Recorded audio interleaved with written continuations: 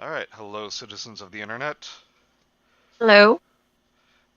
I'm back for a Tuesday after several weeks of no Tuesday streams, and Gemma and I are back 5 months later to continue Cold Granite. Why didn't we continue sooner?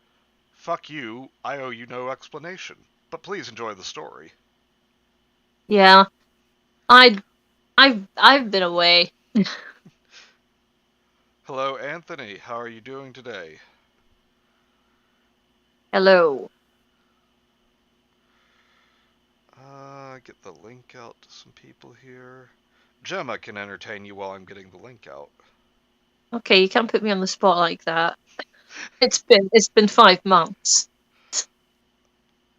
Uh, Talk about the relativity of time, then, since we're bringing up 5 months. So when you look at time as a construct, um, checking my watch, can I drag this out? Very long. Yes. So time is a thing that happens to everybody, and time is relative to Does it really happen to Elijah Wood? Um, it happens differently because his center of gravity is a lot lower due to him being very short. So because the way that time works is that if you're looking at a clock that says 8:53, the time that it is right now in the UK, and Yes. if you run really fast in the opposite direction, time, and then you maybe go back and it's still 8:53. Time has moved very, very fast for you, but very slow for everyone else. Indeed. And, I've actually been finished putting the link out for about a minute now, but you seemed like you were on a roll, so. Oh, here's the thing, right? So apparently, people that think that, uh, people that call the Earth sphere Earth people, like the flat earthers, they call us the people that believe in a sphere Earth. Um, Apparently, they've decided to try and explain how a ship goes over like when you can see a ship sort of go over in the distance, like they should do, because like they'll be going off into the horizon where because the Earth is curved, Yeah. right? They've explained it by saying, "Have you ever heard of water mountains?" Okay, so now Gemma is clearly pulling my leg. Pull the other one, it's got bells on it. I wish it was true. Jesus Christ. I will send you this. No, that is not what I'm looking for. Um, Oh, by the way, yes, I it, know I sent you a link to this even though you're on the stream. that's fine. Water mountains are what ships disappear behind in the sea. Ball Earthists are just too stupid to recognize them or acknowledge them, so they claim it's evidence of a ball Earth. It's like, do you have any evidence of these water mountains? Like, have you ever seen a ship disappear? Water mountain. Okay, so this is kind of sudden, but I am now announcing I will not be reading any other so bad they're funny stories on this channel because nothing is going to top that.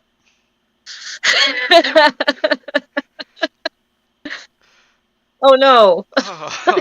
I Jesus Christ. Um, Yeah, yeah. uh, So every time you speak to a flat earther from now on, just be like, you know what? Water mountains. Can you fucking prove it? No, you can't. Having barbecue, so not staying, but have a good one, folks. Oh, thank you, Cam. I hope you enjoy the barbecue, and now I want some. It's cold again, about time too, and this time it's in the mood. Thank you, Raptor. The Pac-Man effect, ice wall, now water mountains. Yes.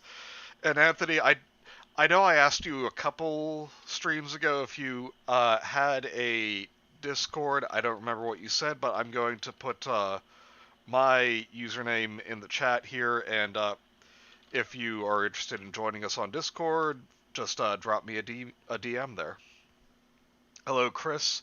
Water Mountain sounds like a fantasy location. It does! It really does, doesn't it? But that's what flat earthers believe. It's in a fantasy.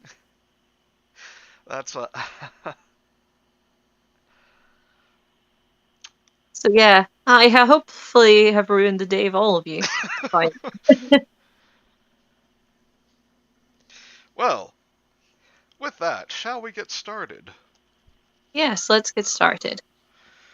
So if you all remember last time, DI Logan McRae was was assigned to help investigate a string of child murders going on in the city of Aberdeen. Mm-hmm. And they just discovered the body of little Richard Erskine, or Erskine. Which should I say? Erskine. Erskine. And are now on their way to question his family. So this is chapter 6, and let's do our usual 3 pages each. Yes. You want to go first or me? I'll start us off. Okay. Just get a drink real quick.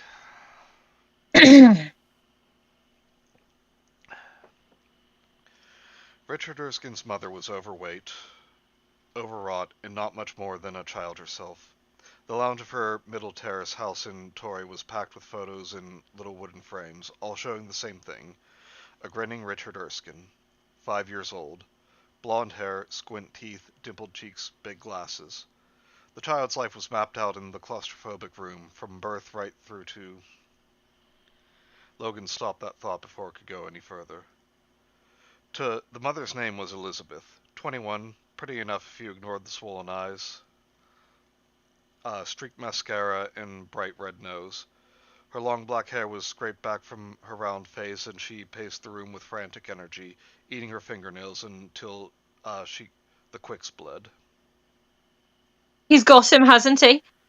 She was saying over and over again, her voice shrill and panicky. He's got Richie, he's got him, and he's killed him.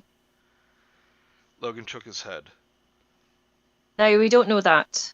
Your son might have just forgotten the time. He scanned the photograph-laden walls again, trying to find one in which the child looked genuinely happy. How long has he been missing? Hello, Jamie. Glad you could join us.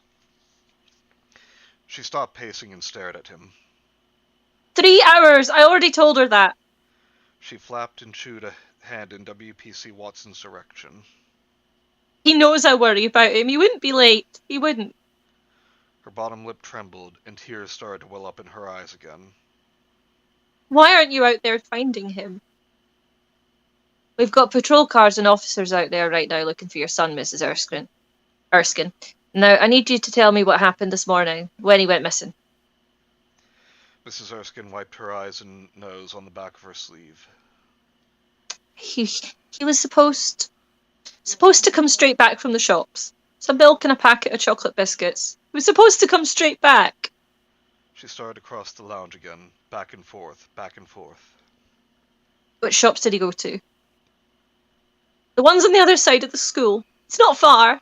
I don't normally let him go on his own, but I had to stay in. She sniffed. The man who was coming to fix the washing machine, they wouldn't give me a time, just some time in the morning. I never would have let him out of his own otherwise. She bit down on her lip, and the sobbing intensified. It's all my fault. Have you got a friend or a neighbour who could stay with? Watson pointed at the kitchen. A used-looking older woman emerged carrying a tray of tea things. 2 mugs only. The police weren't expected to stay for tea. They were expected to get out there and start looking for the missing 5-year-old. It's a disgrace, so it is, said the older woman, putting the tea tray down on top of a pile of cosmopolitans on the coffee table. Letting perverts like that run around. They should all be in prison. It's no as if there's no one handy. She was talking about Craig Inches, the walled prison just around the corner from the house. Elizabeth Erskine accepted a mug of milky tea from her friend, shaking so much that the hot liquid slopped over the edge. She watched the drops seep into the pale blue carpet. You, She stopped and sniffed. you don't have a cigarette on you, do you? I gave up when I got pregnant with Richie. Sorry. Said Logan. I had to give up too. He turned and picked the most recent-looking photo off the mantelpiece. A serious little boy staring at the camera. Can we take this with us? She nodded, and Logan handed it over to WPC Watson. 5 minutes later, they were standing in the small back garden, sheltering beneath a ridiculously little porch bolted on above the back door. The tiny square of grass was disappearing under a spreading network of puddles. About a dozen child's toys were scattered about the place, the bright plastic shapes washed clean by the downpour. On the other side of the fence, more houses stared back at him, gray and damp. Torrey wasn't the worst bit of the city, but was in the top 10. This was where Aberdeen's fish processing factories were. Tons of white fish landed every week, all to be gutted and filleted by hand. Good money if you could handle the cold and the smell. Huge blue plastic bins of discarded fish and guts and bones squatted on the roadside, the rain doing nothing to dissuade fat seagulls from swooping in to snatch a fish head or a beakful of innards. What do you think? Asked Watson, sticking her hands deep in her pockets, trying to keep warm. Logan shrugged, watching water overflowing the seat of a bright yellow digger. House been searched? Watson pulled out her notebook. We got the call at 11:05. Mother was hysterical. Control sent round a couple of uniforms from the local Tory station house. First thing they did was go through the place with a fine-tooth comb. He's not hiding in the linen cupboard, and his body's not been stashed in the fridge freezer. I see. That digger was wait, hold on. That's you. I got 3 pages, or do you just want me to keep Oh, going? right. Alright, okay. That digger was way too small for a 5-year-old. In fact, a lot of the toys looked as if they belonged in the age 3 and up bracket. Maybe Mrs. Erskine didn't want her little baby growing up. You think she killed him? Asked Watson, watching him stare out at the drenched out at the drenched garden. No, not really. If it turns out she has and we didn't look, the press would crucify us. What about the father? According to the neighbour, he's been dead since before the kid was born. Logan nodded. That would explain why the woman was so overprotective. Didn't want her son going the same way as his father. So what's the state of the search? He asked. We phoned his friends. No one's seen him since a Sunday afternoon. What about his clothes? Favourite teddy bear, that kind of thing. All present and accounted for, so he's probably not run away. Logan gave the discarded toys one last look and went back into the house. The inspector would be here soon, looking for an update. He looked at Watson out the corner of his eye as they walked through the kitchen and down the hallway towards the front door. You've worked with D.I. Inch before, right? WPC Watson admitted that she had. So what's with the... Logan mimed stuffing his face with fizzy cola bottles. You trying to give up smoking? Watson shrugged. Oh, I don't know, sir. Maybe it's some sort of obsessive-compulsive disorder. She paused. Ralph furrowed in thought. Or maybe he's just a big fat bastard. Sorry, Logan didn't know. Yeah. Logan didn't know whether to laugh or look shocked. Tell you one thing, though, sir. He's a damn good policeman, and you don't fuck with him twice. Somehow Logan had already come to that conclusion all on his own. Right. He stopped at the front door. The hallway was festooned with photographs, just like the lounge. Get that picture down to the nearest newsagents. We'll need about 100 copies, and... the local boys have already done it, sir. They've got 4 officers going door to door all along the route Richard would have taken to the shops, handed them out. Logan was impressed. They don't hang about. No, sir. Okay, let's get half a dozen uniform down here to give them a hand. He pulled out his mobile phone and started dialing, his finger freezing over the last number. Oh ho! Sir? A flash-looking motor had pulled up at the curb and out bustled a familiar short figure all wrapped up in a black overcoat, wrestling with a matching umbrella. Looks like the vultures are circling already. Logan grabbed a brolly from the hallway and stepped out into the rain. The icy water thrummed off the umbrella as he stood and waited for Colin Miller to climb the stairs. One moment.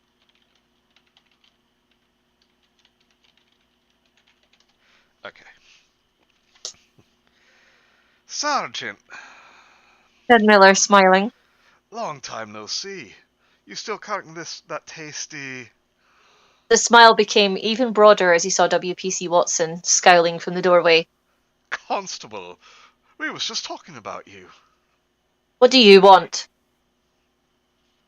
Her voice was even colder than the grey afternoon. Business before pleasure, eh? Miller dug a fancy dictaphone out of his pocket and pointed it at them. You've got another missing kid. Are you... Logan frowned. And how did you know another child's gone missing? Miller pointed out at the rain-soaked road. You've got patrol cars out broadcasting the kid's description. How do you think I found out? Logan tried not to look as embarrassed as he felt. Miller winked. Don't worry about it. I make an arse of myself all the time, but... He held the dictaphone up again. Now, is this disappearance connected to the recent discovery of... We have no comment to make at this time. Oh, come on! Behind Miller, another car had pulled up, this one with the BBC Scotland logo emblazoned down the side. The media was going to have a field day. Yesterday a little boy turned up dead, today another one has gone missing. They'd all be jumping to the same conclusion as Miller. You could see the headlines now. Has paedophile killer struck again? The chief constable would have a fit. Miller turned to see what Logan was staring at and froze. How about if... I'm sorry, Mr. Miller. I can't give you any further details at this time. You'll just have to wait for the official statement. He didn't have to wait long. 5 minutes later, Detective Inspector Inch's mud-splattered Range Rover pulled up. By then a little cordon of newspaper and television people had appeared, forming a wall of microphones and lenses at the foot of the steps, huddling beneath large black umbrellas, just like a funeral. Inch didn't bother getting out of his car, just wound down his window and waved Logan over.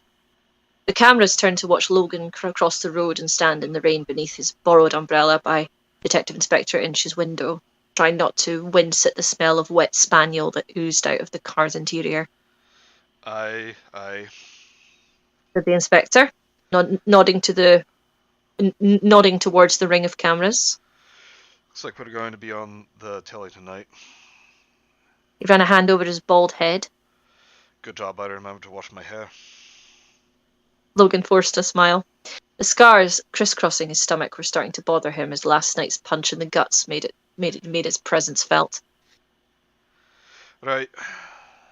Said Inch. I've been authorized to release a statement to the media. Before I do, is there anything I need to know that's going to make me look like an arse here? Logan shrugged.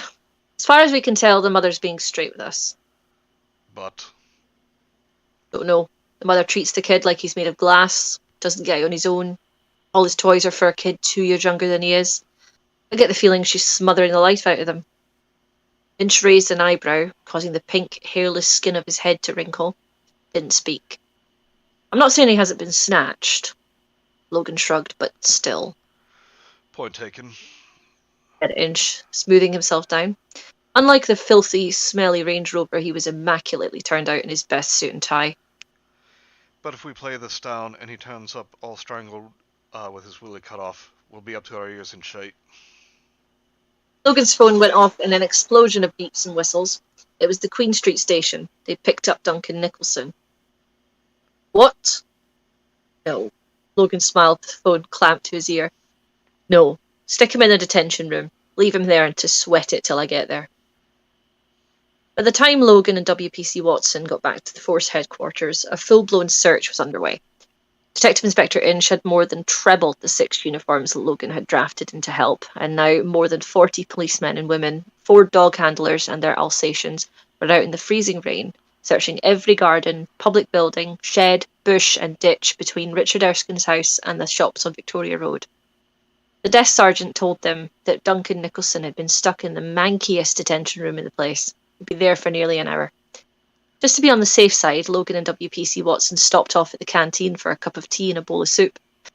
lingering over the pea and ham while Nicholson sat in a room, all alone and worried. "Right," said Logan, when they'd finished. "How do you like to drag Mr. Nicholson into an interview room? Give him this silent glower routine. I'll check up on the search and pop along in about 15-20 minutes. You should be bricking it by then." Watson stood, cast one last longing look at the thick slices of sponge pudding and steaming yellow custard, and headed off to make Duncan Nicholson's life even more miserable. Logan got an update from the admin officer in the incident room. The search teams hadn't turned up anything, and neither had door-to-door interviews. So Logan grabbed a cup of tea from the machine in the hallway and drank it slowly, filling in the time, then took another painkiller. When 20 minutes had elapsed, he'd headed down to interview room 2. It was small and utilitarian, done up in a nasty shade of beige. Duncan Nicholson sat at the table, opposite a silent, scowling WPC Watson. He was looking very uncomfortable. The room was no smoking, and Nicholson obviously had a problem with that. There was a pile of shredded paper on the table in front of him, and as Logan entered, Nicholson jumped, sending little scraps of white fluttering to the scuffed blue carpet. "Mr. Nicholson," said Logan, sinking down into the brown plastic chair next to Watson. "Sorry to keep you waiting." For me, that's the third chapter over with, like the third page over with. Okay. Nicholson shifted in his chair, little beads of sweat sparkling on his upper lip. He wasn't a day over 32, but looked closer to 45. The hair on top of his head was shaved down to the bone, blue-gray stubble showing between shiny patches of pink scalp. Each of his ears had been pierced in at least 3 places.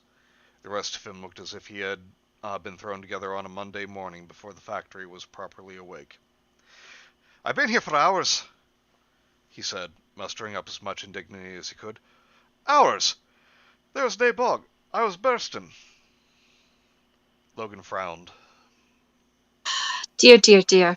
There's obviously been some mistake, Mr. Nicholson. You came forward of your own free will, didn't you? No toilet? I'll have a word with the duty sergeant. Make sure it doesn't happen again." He smiled a disarming, friendly smile. "But we're all here now, so shall we get started?" Nicholson nodded, smiling a little, feeling reassured, feeling better. "Constable, would you do the honours?" Logan passed Watson 2 brand new audio tapes, and she unwrapped them, sticking one in each side of the recorder bolted to the wall before doing the same with a pair of videotapes. The machine clicked and bleeped as she pressed record. "Interview with Mr. Duncan Nicholson," she said, going through the standard names, date, and time. Logan smiled again. "Now then, Mr. Nicholson, can I call you Duncan?" The man on the other side of the table cast a nervous glance at the camera in the corner of the room, over Logan's shoulder. At last he nodded his shaved head. "So, Duncan, you found the body of David Reed last night?" Nicholson nodded again. "You have to say something, Duncan," said Logan, his smile getting wider by the minute. "Tape can't hear you if you nod." Nicholson's eyes darted back to the staring glass eye of the video camera. Oh, sorry. Yeah, I did. I found him last night." "What were you doing down there in the middle of the night, Duncan?" He shrugged. "I was taking a walk. Had her out with the wife and went for a walk." "Down the riverbank? In the dead of night?" The smile started to fade. Yeah, I go down there sometimes to, thinking stuff." Logan crossed his arms, mirroring the PC sitting next to him. "So you went down there to think, and just happened to fall over the murdered body of a 3-year-old boy?" Yeah, Look, "Just happened to fall over the murdered body of a 3-year-old boy in a waterlogged ditch, hidden behind a sheet of chipboard, in the dark, in the pouring rain." Nicholson opened his mouth once or twice, but nothing came out. Logan left him sitting in silence for almost 2 minutes. The man was getting more and more fidgety by the second, his shaved head now as sweaty as his upper lip. the smell of secondhand garlic oozing out of him in nervous waves. I'd been drinking, okay? I fell down, nearly killed myself going down that bloody bank. You fell down the bank in the pouring rain, and yet when the police arrived, there wasn't a speck of mud on you. You were clean as a whistle, Duncan. That doesn't sound like someone who's just fallen down a muddy bank into a ditch now, does it? Nicholson ran a hand over the top of his head, the stubble making a faint scritching noise in the oppressive interview room. Dark blue stains marked his armpits. I I went home to call you. I got changed. I see. Logan switched the smile back on again. Where were you on the 13th of August this year? Between 2:30 and 3 in the afternoon? I don't know. And where were you between the hours of 10 and 11 this morning? Nicholson's eyes snapped open wide. This morning? What's going on? I didn't kill anyone. Who said you did? Logan turned in his seat. Constable Watson, did you hear me accuse Mr. Nicholson of murder? No, sir. Nicholson squirmed. Logan produced a list of all the children registered missing in the last 3 years and placed it on the table between them. Where were you this morning, Duncan? I was watching the telly. And where were you on, Logan leant forward and read off the list. the 15th of March between 6 and 7? No? How about the 27th of May, 4:30 to 8? They went through every date on the list, Nicholson sweating and murmuring his answers. He wasn't anywhere, he said. He was at home. He was watching television. The only people who could vouch for his whereabouts were Jerry Springer and Oprah Winfrey, and they were mostly repeats. Well, Duncan. Said Logan when they got to the end of the list. Doesn't look too good, does it? I didn't touch those kids! Logan sat back and tried D.I. Inch's silent treatment again. I didn't! I fucking came to you lot when I found that kid, didn't I? Why the hell would I do that if I had killed him? I want to kill a kid. I love kids! WPC Watson raised an eyebrow, and Nicholson scowled. Not like that! I've got nephews and nieces, okay? I want to fucking do something like that. And let's go back to the start. Logan shuffled his chair in closer to the table. What were you doing, wandering about on the banks of the Don, in the middle of the night, in the pouring rain? I told you, I was pissed. Why don't I believe you, Duncan? Why do I get the feeling that when the report comes back from forensics, there's going to be evidence linking you to the dead boy? I didn't do anything. Nicholson slammed his hand down on the tabletop, making the little pile of shredded paper scatter and fall like snow.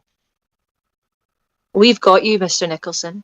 You're only kidding yourself if you think you're going to talk your way out of it. I think a little time in the cells is going to do you the world of good. We'll talk again when you're ready to start telling the truth.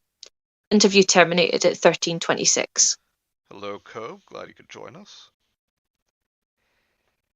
He got WPC Hello. Watson. What's that? I just said hello. He got WPC Watson to escort Nicholson down to the cell block, hanging on in the interview room until she returned. What do you think?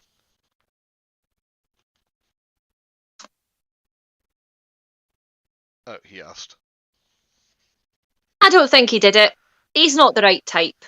Not smart enough to lie convincingly. True. Logan nodded. But he's lying all the same. No way he was down there having a bit of a late night stagger. You get plastered, you don't go stomping about down the riverbank in the pissing rain for a laugh. He was down there for a reason. We just don't know what it is yet. Just need a drink here. Aberdeen Harbour stood by the car window, grey and miserable. A handful of offshore supply vessels were tied up along the docks, their cheery yellow and orange paintwork dulled by the pouring rain. Lights glinted in the semi-darkness of the afternoon as containers were winched off lorries and onto the waiting boats. Logan and WPC Watson were heading back to Richard Erskine's house in Torrey. Someone had actually remembered seeing the missing boy. A Mrs. Brady had seen a small blond boy wearing a red anorak and blue jeans crossing waist the waste ground behind her house. It was the only break they'd had. The 2:30 news was about to come on, and Logan turned the car radio on, catching the tail end of an old Beatles track. Not surprisingly, Richard Erskine's disappearance was given top billing.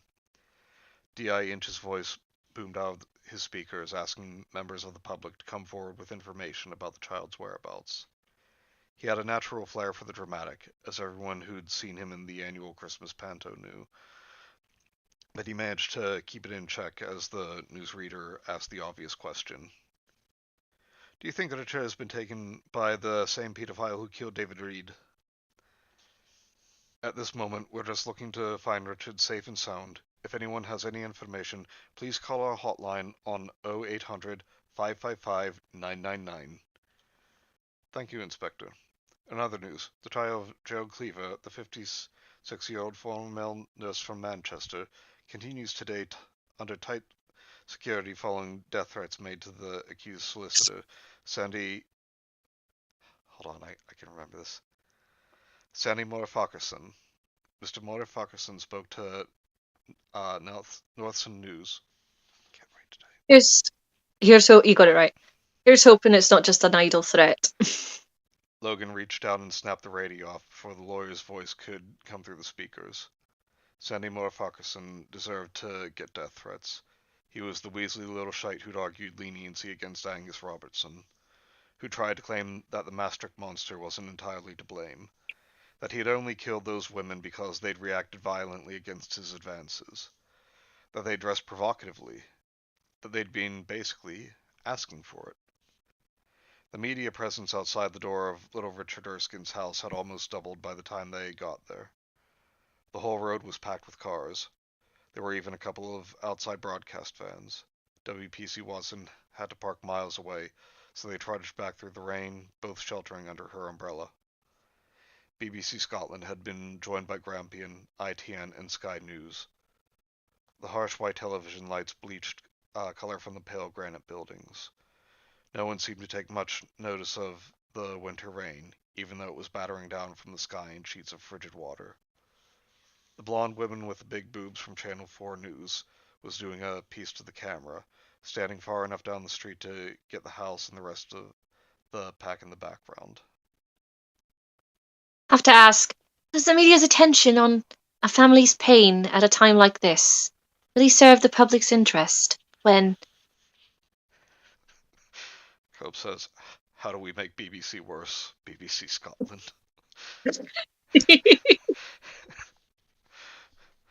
Watson marched right through the shot, her blue and white umbrella completely obscuring the woman from camera. Someone yelled, "Cut!" You did that on purpose, whispered Logan as the sounds of a swearing television journalist erupted. WPC Watson just smiled and barged her way through the crowd gathered at the foot of the stairs. Logan hurried after her, trying not to hear the howls of complaint mixed in with the shouted questions and demands for comment. A family liaison officer was through in the living room with Richard Erskine's mother and the bitter old woman from next door. There was no sign of D.I. Inch. Logan left. Well, he'll be doing that soon enough. Logan left Watson in the lounge and tried the kitchen, helping himself to an open packet of Jaffa cakes lying on the worktop next to the kettle. A half-glazed door led from the kitchen out into the back garden, the light blocked by a large figure standing outside. But it wasn't Inch. It was a sad-looking, overweight detective constable with 2:30 shadow, chain-smoking under the tiny porch. "Afternoon, sir," said the DC, not bothering to straighten up or put his cigarette out. "Shitty weather, eh?" He wasn't a local lad. His accent was pure Newcastle, which the incredibly handsome man reading right now doesn't know what that means, so he's not going to try to attempt such an accent. Afternoon, sir. It's really like, I hate it. It's Geordie accent's awful. You get used to it. Logan stepped out onto the back step next to the DC to do as much passive smoking as he could. The constable took the cigarette out of his mouth and stuck a finger in, working a nail up and down between his back teeth. Don't see how. I mean, I'm used to rain like, but Jesus, this place takes the fucking biscuit. He found whatever it was he was digging for and flicked it away into the downpour. Or the... No, I won't say that. Think it's going to keep up till the weekend? Logan looked out at the low, dark grey clouds. The weekend? He shook his head and took it in another scarred lungful of secondhand smoke. This is Aberdeen. It won't stop raining until March.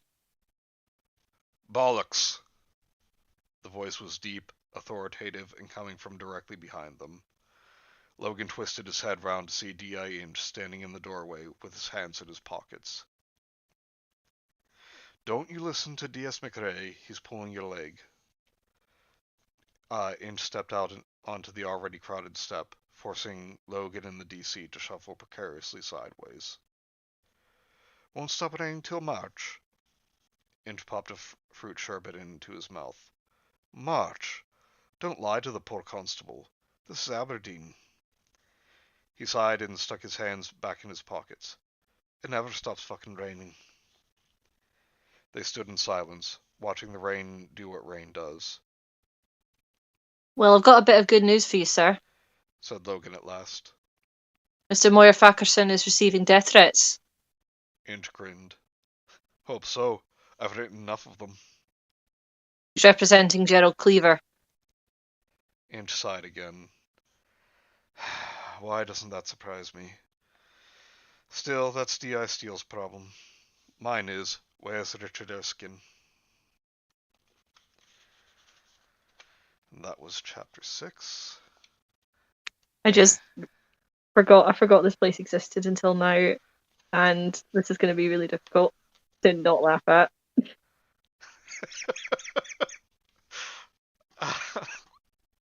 Okay. And just give me a moment. I realized a horrible mistake that I made in the description of the video. Yep. What are you talking about? There's nothing wrong with that.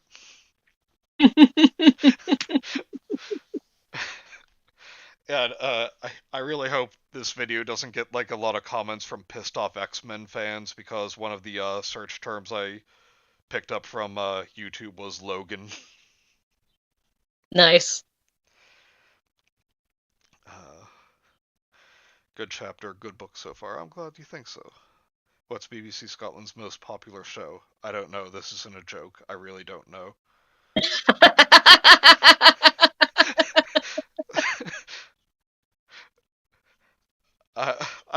Doesn't BBC Scotland cover like a lot of stuff? Yeah, you got BBC Scotland is basically BBC One or BBC Two. I can't remember. No, it's BBC Two. Over like BBC Scotland is like they have usually at night just like the news, and maybe like Limmy Show was on BBC, and Still Game, and Chewing the Fat, and Only an Excuse. You've probably not heard of a bunch of these. Still, I want Logan to explain why Fatso keeps waking me up at the ass crack of dawn.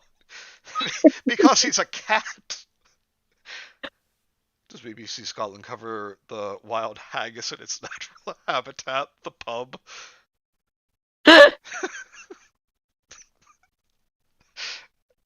Yes, when it's near Raptor, you can hear faintly whispered bagpipes. I don't know how you faintly whisper bagpipes, but it happens.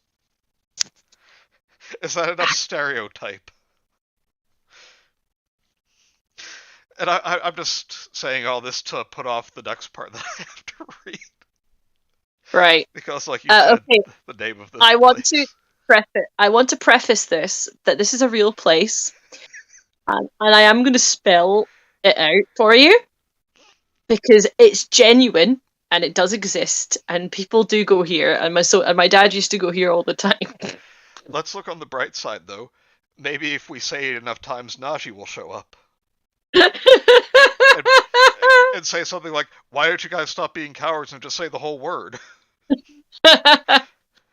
So, is it me or you? I think this is you, actually. Right.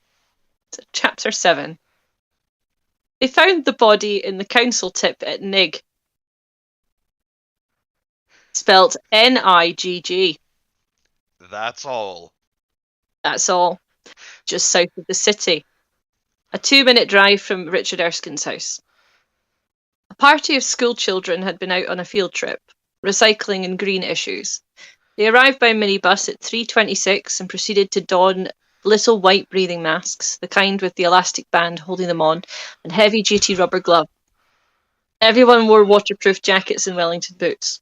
They signed in at the Portakabin office next to the skips at 3:37 before squelching their way into the tip, walking through a landscape of discarded nappies, broken bottles, kitchen waste, and everything else just chucked out at the hundreds of thousands of Aberdonians every day. It was Rebecca Johnson, 8, who spotted it. A left foot sticking out of a pile of shredded black plastic bags. The sky was full of seagulls, huge, fat, bloated things that swooped and screamed at each other in a jagged ballet. One was tugging away at the blood-stained toe. This was what first grabbed Rebecca's attention. And at 4 o'clock, on the dot, they called the police. I just want to point out Anthony saying here, BBC, British Broadcasting Channel, or Big Black Cats.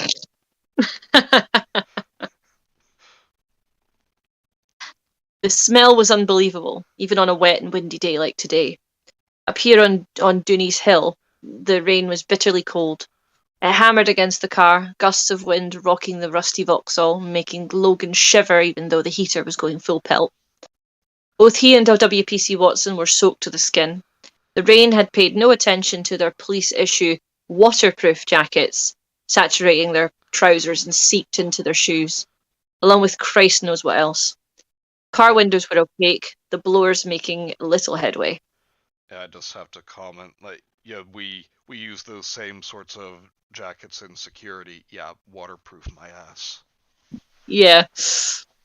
The Identification Bureau hadn't turned up yet, so Logan and Watson had built a makeshift tent of fresh bin bags and wheelie bins all over the body.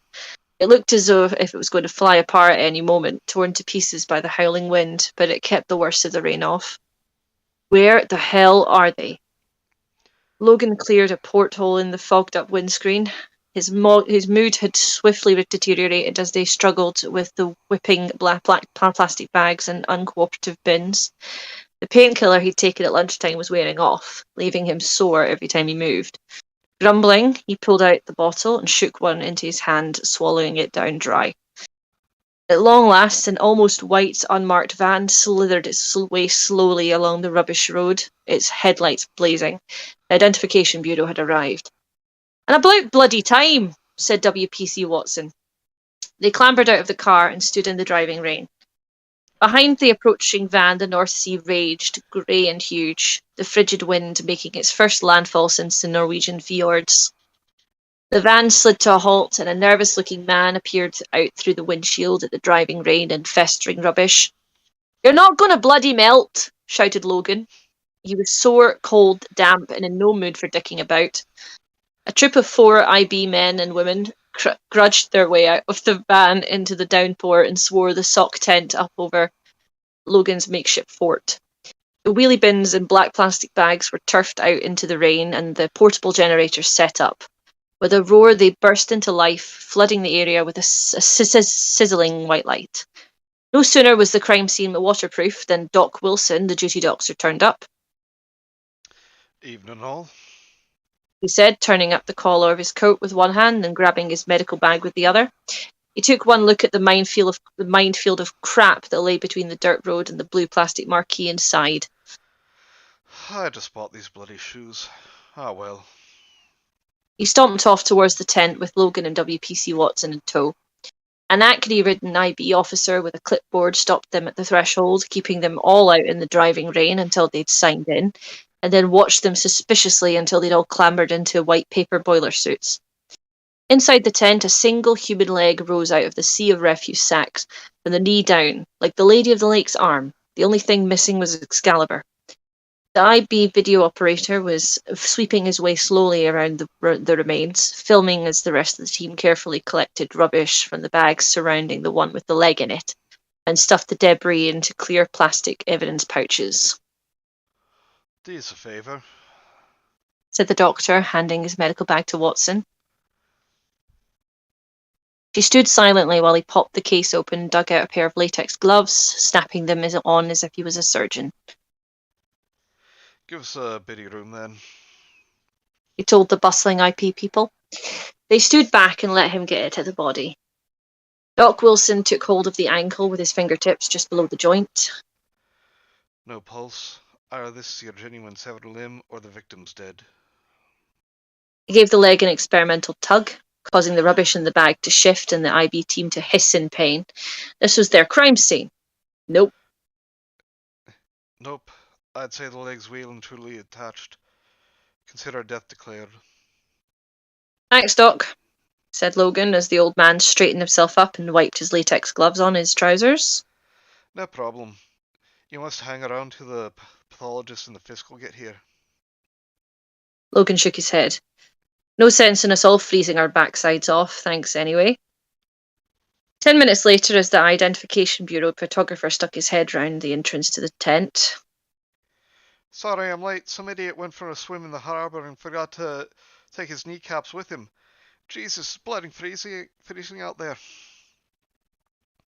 It wasn't much warmer inside, but at least it was out of the rain. Afternoon, Billy, said Logan as the bearded photographer unwrapped himself. The long red and white striped scarf was stuffed into a jacket pocket, followed by a red bobble hat with "Up the Dons" stitched to it. He was bald underneath. Logan was stunned. Oh yeah, what happened to your hair? Billy scowled as he clambered into his white paper romper suit. Don't you bloody start. Anyway, I thought you were dead. Logan smiled. Aye, but I got better. The photographer polished his glasses with a grey handkerchief and then did the same with the lenses of his camera. Anybody touched anything? He asked, spooling a fresh reel of film into place. Doc Wilson gave the leg a tug, but other than that, it's fresh. Billy snapped a huge flash gun onto the top of the camera, smacking it with the side of his hand until it emitted a high-pitched whine. Okay, back up, ladies and gentlemen. Hard blue-white light crackled in the confined space, following by the clatter-whir of the camera and the whine of the flash. Again, and again, and again. Billy was almost finished when Logan's phone went off. Cursing, he dragged it out of his pocket. It was Inch, looking for an update. Sorry, sir. Logan had to raise his voice over the battering rain on the tent's roof. The pathologist isn't here yet. I can't get a formal identification without moving the body. Inch swore, but Logan could barely hear him. We've just had an anonymous call. Someone saw a child matching Richard Erskine's description getting into a dark red hatchback this morning. Logan looked down at the pale blue, naked leg sticking up out of the garbage. The information had come too late to save the 5-year-old. Let me know as soon as the pathologist gets there. Yes, sir. Isabel McAllister turned up looking as if she'd just stepped off a catwalk. Long Burberry raincoat, dark green trouser suit, cream high collar blouse, delicate pearl earrings, her short hair artistically tousled. Wellington boots 3 sizes too big for her. She looked so good it hurt. Isabel froze as soon as she was inside, her eyes fixed on Logan, dripping away in the corner. She almost smiled. Placing her medical case down on top of a bin bag, she got straight to business. Has death been declared? Logan nodded, trying not to let his voice show how much of the sight of her disturbed him. Doc Wilson did it half an hour ago. Her mouth turned down at the edges. I got here as soon as I could. I do have other duties to perform. Logan winced. I wasn't implying anything, he said, hands up. I was just letting you know when death was declared, that's all. His heart was hammering in his ears, drowning out the pouring rain.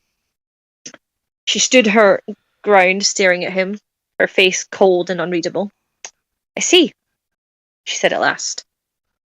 She turned her back on him, covered her immaculate suit with the standard white boiler suit, pulled out on her tiny microphone, recited the standard who, when, and where, and got down to work. We have a human leg left, protruding from a refuse sack from the knee down. Big toe has been subject to some form of laceration, probably post-mortem. A seagull was eating it, said Watson, getting a cold smile for her pains. Thank you, Constable. Isabel turned back to the stiff leg. Big toe shows signs of predation by a large seabird. She reached forward and touched the pale, dead flesh with her fingertips. With pursed lips, she started pressing her thumb into the ball of the foot, feeling the toes with her other hand. I'll need to get the remains out of the bag before I can give you any estimated time of death.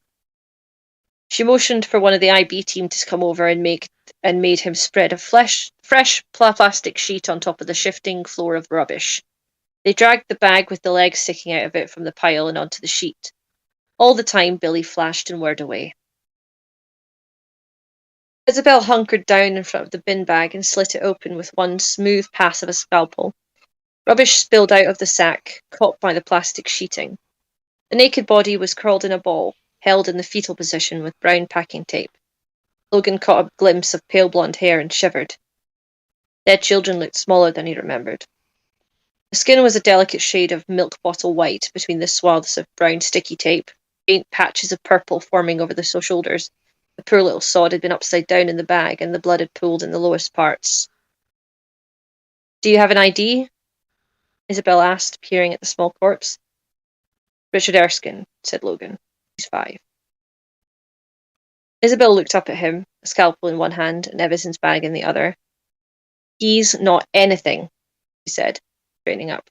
This is a girl, 3 to 4 years old. Logan looked down at the bundled up body. You sure? When's the third page for you? I can take it. Come here. Okay. I'm sorry if you could hear me trying not to laugh. I just imagine when Watson mentioned the seagull, like Toby just steps into the tent holding a spear gun. I was too late. Yeah.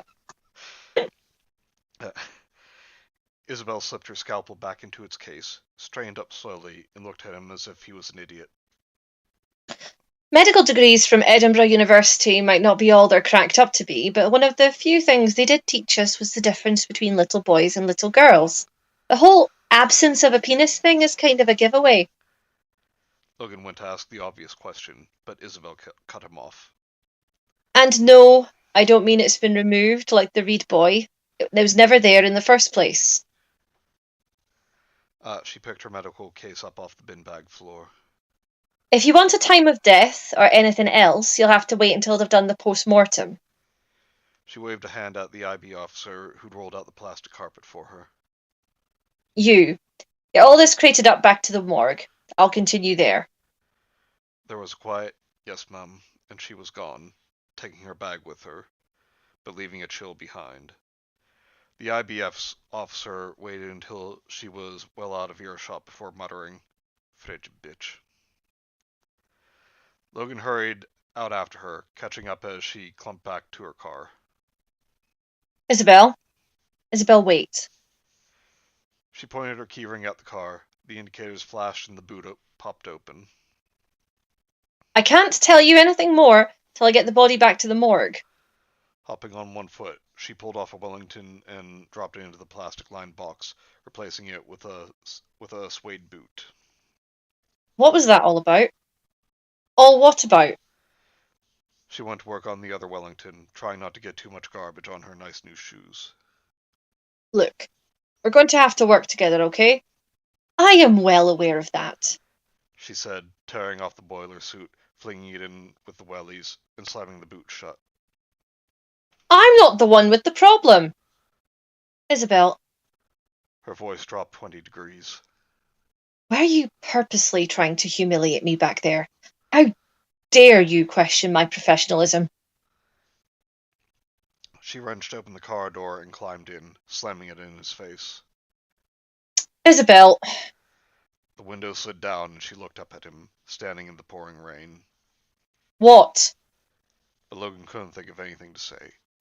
She glowered at him and started the car, doing a three-point turn on the slippery road before roaring off into the darkness. Hello, Mr. Clark. Glad you could join us. Logan watched the car's taillights disappear, cursed under his breath, and trudged back into the tent. The little girl was lying where Isabel had left her, the IB team too busy bitching about the pathologist's departure to carry out her orders. Logan sighed and hunched down in front of the pathetic, taped-up bundle. The child's face was almost completely hidden, the packing tape wrapped tightly around her head. The hands were taped together against her chest, and so were the knees. But it looked as if her killer had run out of tape before they could get the legs secured. That was why the left one had been poking out of the bag for a lucky seagull to nibble on. He pulled out his phone and called in, asking if they'd had any reports of a missing girl, about 3 or 4 years old. They hadn't. Swearing softly, he punched D.I. Inch's number in to give him the bad news. Hello, sir? Yeah, it's D.S. McRae. No, sir. He took a deep breath. It's not Richard Erskine. There was a stunned silence at the other end of the line, and then, "You sure?" Logan nodded, even though Inch couldn't see him. Relatable. Definitely. Victim's a little girl, 3, maybe 4 years old, but she's not been reported missing. Foul language erupted from the earpiece. That's what I said, sir. The Identification Bureau team mimed picking up the body and buggering off to the morgue with it. Logan nodded. The one who'd called Isabel a frigid bitch took out a mobile and called for the duty undertakers. It wouldn't do to cart a dead child about in the back of a grubby van. "You think the deaths are connected?" There was a hopeful edge to D.I. Inch's voice. Doubtful. Logan watched as the tiny corpse was gently rolled into a body bag far too big for it. Victim's female, not male. Disposal's different. The kid's been wrapped up in 1.5 miles of packing tape. No sign of strangulation. She might have been abused, but we won't know until the postmortem. Inch swore again. "You tell them I want that kid done today, okay? I don't want to spend the night twiddling my thumbs while the media make up horror stories. Today." Logan winced, not looking forward to breaking the news to Isabel. In her current mood, she was more likely to do a postmortem on him. Yes, sir. "Get her cleaned up and photographed. I want posters run off. Have you seen this girl?" Yes, sir. The blue body bag was picked up by 2 of the IB team and carefully placed in the corner of the tent, out of the way. Then they started collecting the rubbish from the bag she'd been dumped in, making sure it was all properly bagged and labeled. Banana skins, empty bottles of wine, broken eggshells. The poor little kid hadn't even been worth the effort of a shallow grave. She'd been thrown out with the garbage. "Hello, Bagel?" Hello? Logan was promising to call the inspector back as soon as they'd heard anything when WPC Watson shouted. Hold it! She darted forward, grabbing a crumpled up piece of paper from the rubbish that had spilled out onto the plastic sheeting. It was a till receipt. Logan asked Inch to wait while Watson unfolded the grimy scrap. It was from the big Tesco in Danestone. Someone had bought half a dozen free-range eggs, a carton of creme fraiche. Not gonna make a South Park joke. 2 bottles of Cabernet Sauvignon and a pack of avocados, and paid for it with cash. Watson groaned. Damn! She handed the receipt to Logan. I thought he'd have paid by credit card or switch. No way we could have been that lucky. He turned the scrap of paper over in his hands. Eggs, wine, posh cream, and avocados. The line under the last item caught Logan's eye, and a smile began to blossom. What? Watson looked annoyed.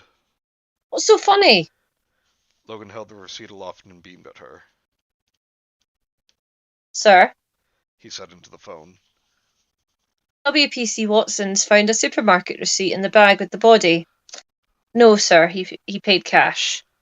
If Logan's smile were any wider on wider, the top of his head would have fallen off. But he did collect his club card points. Hot damn. South Anderson Drive was a bastard at this time of day, but North Anderson Drive was even worse. The traffic was nose to tail all the way across the city. Rush hour.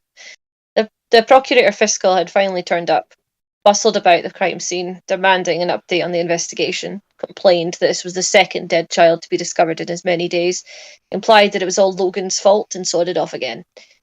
Logan waited until he and WPC Watson were safely cocooned within the fogged-up car before expressing what he'd like to do to the Fiscal with a cactus and a tube of Raglex. It took them well over an hour to get from the tip at Nig to the huge Tesco at Dainston. The store was situated in a prime spot not far from the swollen River Don, within spitting distance of the old sewage works, the Grove Cemetery, and the Grampian Country Chicken Slaughterhouse, and close to where they'd found little David Reed's bloated corpse. The store was busy, all the office workers from the nearby Science and Technology Park picking up booze and ready meals for another night at home in front of the telly. There was a customer service desk just in the side of the entrance, manned by a young-looking man with a long blonde ponytail. Logan asked him to get the manager. 2 minutes later, a small, balding man with a pair of half-moon glasses arrived. He was wearing the same uniform, blue sweater as the rest of the staff, but his name badge said Colin Brannigan. Brannigan. Okay, there's only one voice I can do for this. I am the man with no name. Colin Brannigan, manager. Can I help you? Logan filled out his warrant card and handed it over for inspection.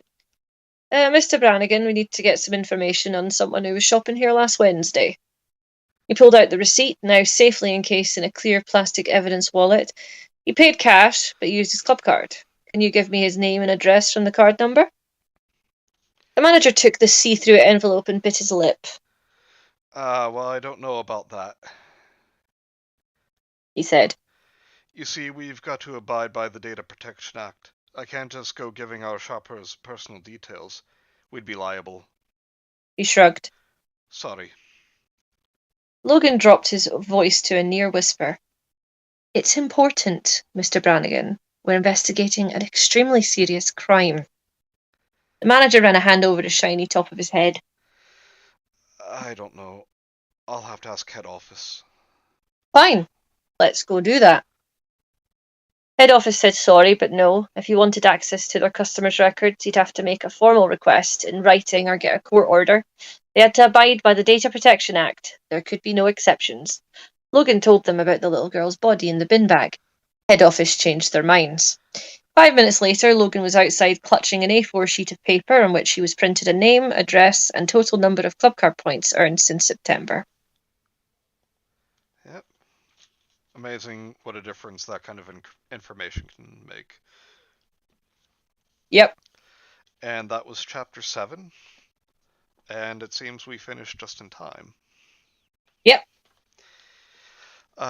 Just check some comments here. Only half a dozen eggs. Couldn't have been Gaston then.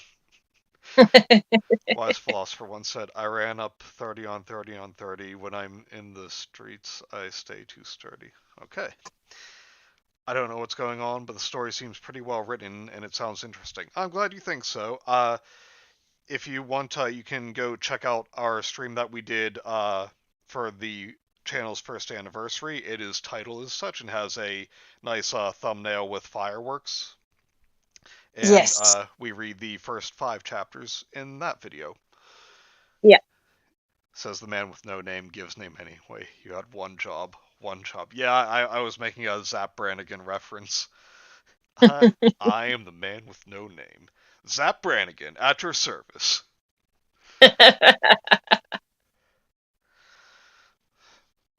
Well, Gemma, I hope you had as much fun as I did.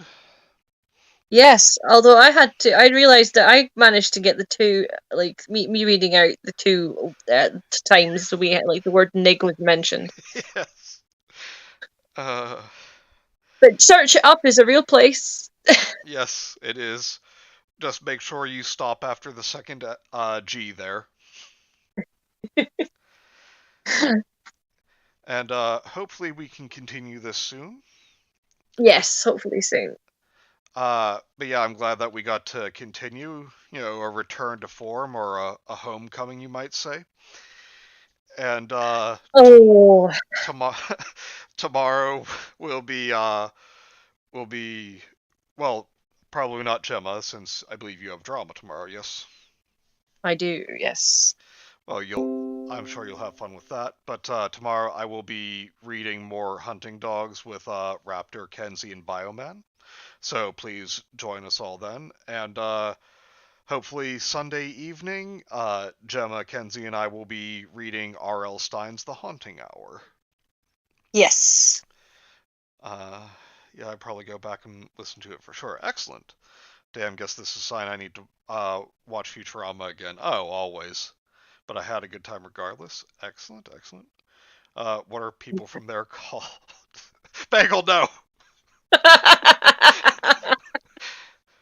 Man, he has crazy levels of bars. Alright, so thank you all for tuning in. Please remember to like, comment, and subscribe. And we will see you guys next time. Same bean time, same bean channel.